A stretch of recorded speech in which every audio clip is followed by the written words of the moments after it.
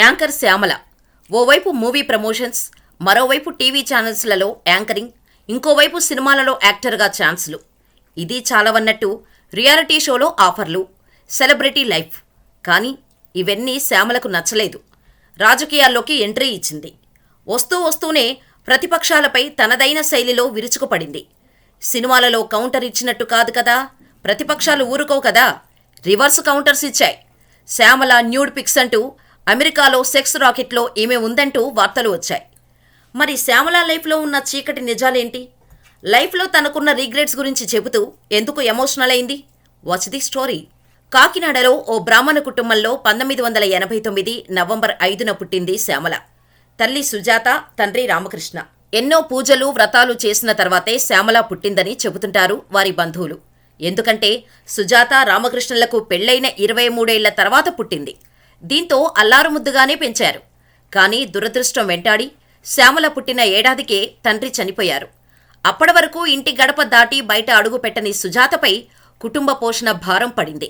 కూతురు భవిష్యత్తు కోసం పనిలో చేరాలని అనుకుంది. అలా తనకు తెలిసిన వారి ద్వారా ఓ ఆసుపత్రిలో ఆయాల పనికి చేరింది.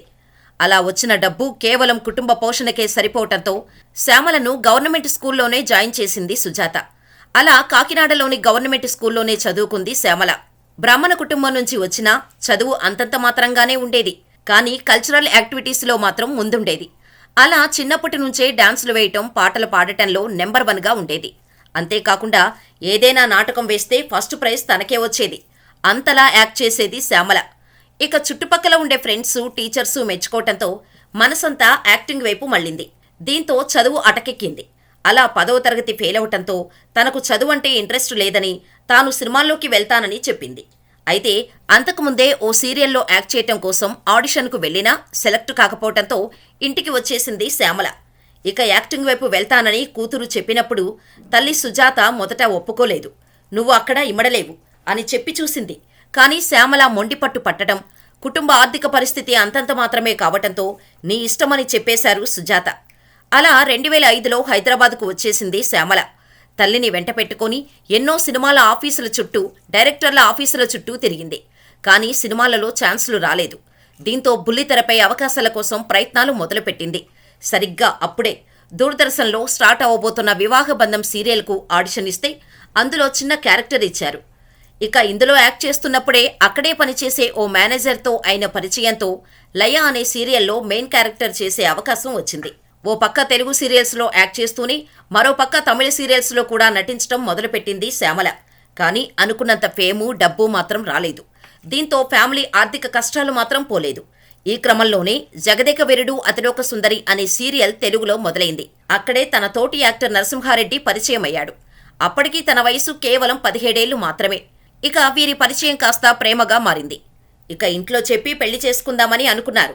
నరసింహ ఇంట్లో వారు ఓకే చెప్పినా శ్యామల తల్లి వీరి పెళ్లికి ఒప్పుకోలేదు. ఇద్దరి కులాలు వేరు. వారు రెడ్డీసు, మనం బ్రాహ్మిన్స్.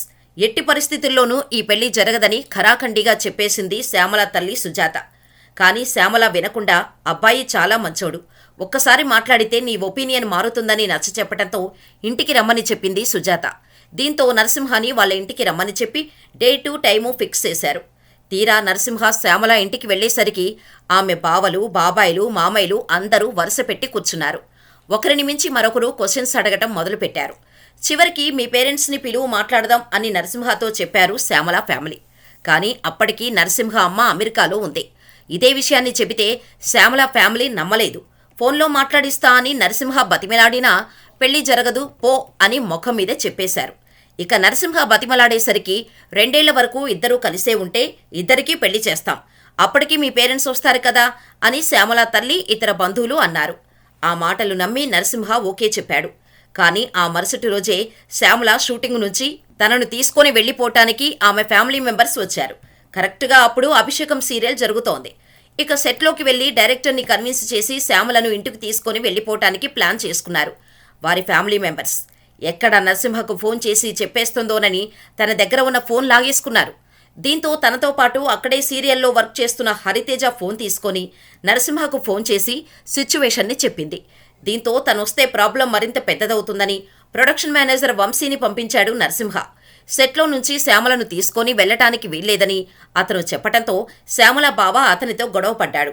మాటామాటా పెరిగి ఇద్దరూ కొట్టుకున్నారు. పెద్ద రచ్చ జరిగింది. ఈ గొడవంతా సెట్లోనే జరగటంతో నీ చావు నువ్వు చావు అంటూ శ్యామల దగ్గర తీసుకున్న ఫోన్ని విసిరికొట్టేసి శ్యామల తల్లి బావలు ఇంటికి వెళ్లిపోయారు. తీరా షూటింగ్ కంప్లీట్ చేసుకుని వెళ్లేసరికి ఇంట్లో తాను కొనుక్కున్న బట్టలు వస్తువులు తప్ప ఇంకేమీ లేవు. ఇక భయంతో నరసింహకు ఫోన్ చేస్తే తాను వచ్చి శ్యామలను వాళ్ళ అక్క వాళ్ళ ఇంట్లో పెట్టాడు. గొడవలు రాకుండా ఉండాలంటే పెళ్లి చేసుకోవాలని అనుకున్నా శ్యామలకు 18 ఏళ్లు నిండలేదు.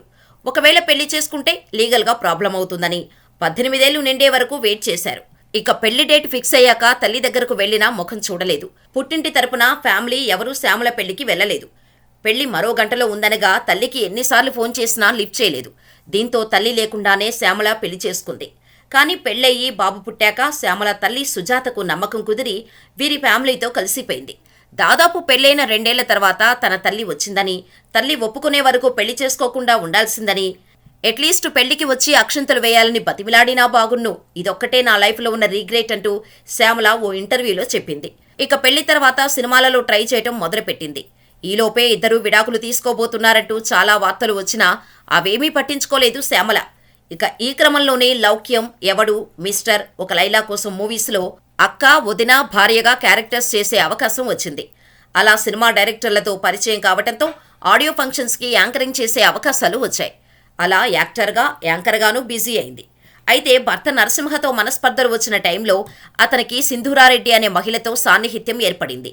బాగా డబ్బున్న ఫ్యామిలీకి చెందిన సింధూరారెడ్డికి గండిపేటలో ఉన్న 4 ఎకరాల స్థలం ఉందని నరసింహారెడ్డికి చెప్పింది. అయితే షాపింగ్ కాంప్లెక్స్ పెడితే మంచిగా బిజినెస్ అవుతుందని నరసింహ సలహా ఇచ్చాడు. దీంతో అదేదో నువ్వే షాపింగ్ కాంప్లెక్స్ కట్టే బాధ్యతలు తీసుకో అని దాదాపు ₹1,00,00,000 వరకు డబ్బిచ్చింది. కానీ గండిపేటలో తన స్థలంలో ఎలాంటి నిర్మాణాలు జరగకపోవడంతో సింధూరారెడ్డి నరసింహని నిలదీయటం, ఆ తర్వాత ఆ డబ్బులు మర్చిపోవాలంటూ నరసింహ బెదిరించారంటూ ఆమె కేసు పెట్టడం జరిగింది.